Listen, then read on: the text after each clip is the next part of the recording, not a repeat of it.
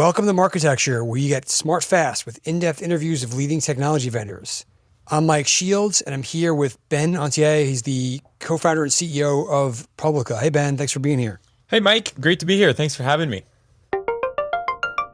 There are lots of companies in CTV that would claim to be in the ad serving business or have aspects of that. So what was the opening you saw here? What wasn't out there that you wanted to try and fill? Yeah, I think it's a good way to understand what we do today is to kind of start from the beginning. So the first opportunity we saw was bringing the concept of video header bidding to CTV.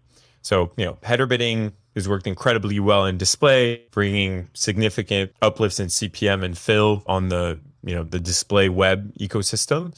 And we thought, why don't we try to bring that same idea to the fastest growing medium in the space? And if we can generate, 30+% of revenue uplift on a baseline of revenue and CPMs that are just quite high, that's going to have a very significant impact. So that's what we started out with. We called it the unified auction because in a CTV ecosystem, there's no header. Everything happens server to server. So it's a bit different, but the idea is it's a unified auction between video SSPs, right?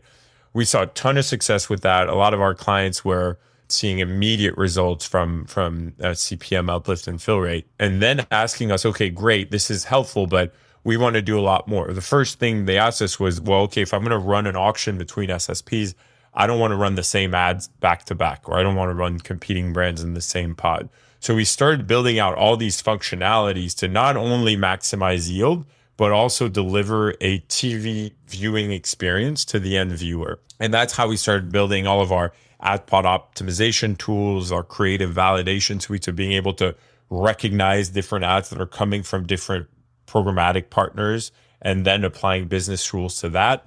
And then eventually we got to, okay, what about, bringing in direct sales into the mix, and how do you make those business rules work with one another? How do you continue to ensure the user experience is what it's supposed to be in TV when you start monetizing, first position in a pod or last position in a pod, and maybe opening up only some of those places for the open auction. So that's how we got to a full-fledged ad server, which now also includes server-side ad insertion, so the actual delivery of the ads into the content stream.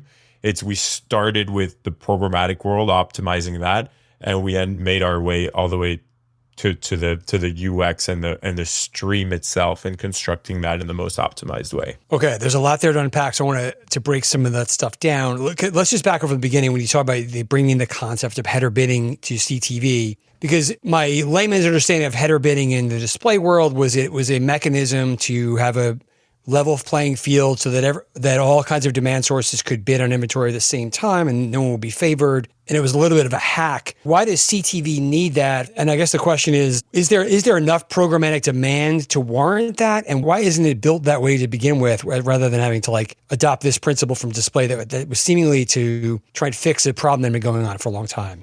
Yeah, so if we look back at what the world looked like pre-Publica, right? Basically, publishers were operating with direct sales, taking precedence over anything else, and then a waterfall of VAS tags. And usually that waterfall of VAS tag was wildly inefficient. You weren't able to get price in real time. You certainly weren't able to know which advertiser was being returned. And that's also because the ad servers that were dominating the space just didn't have that capability, right? So, I'm sorry to interrupt you, but because from what I understand, correct me if I'm wrong, there were two dominant video ad servers in this world, and that was really Comcast, Freewheel, and Google's, and there were a couple other players. Right. So, and these companies would, as I understand it, make sure that your ads would get to the right place, but you weren't having Pepsi and Coke running the same ad pod.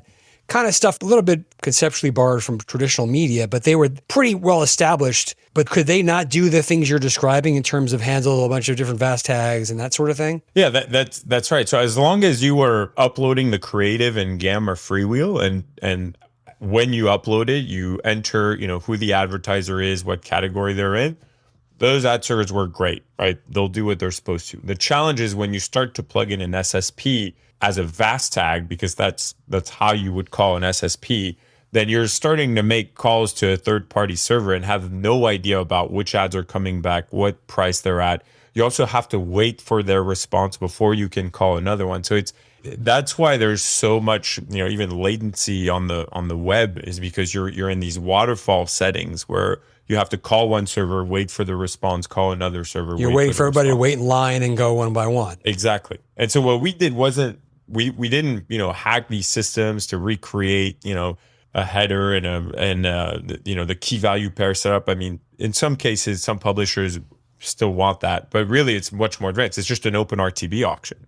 Is you call everybody through OpenRTB. So you send a JSON body, right? A bid request to everyone at the same time.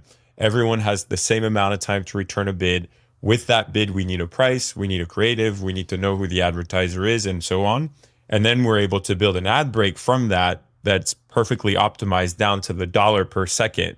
So we know exactly, if a 15-second ad is worth more than a 30-second ad, we know how to prioritize that in a break. So it's just really becoming a lot smarter about how you call the programmatic supply side platforms. And in doing so, maximizing revenue for the publisher.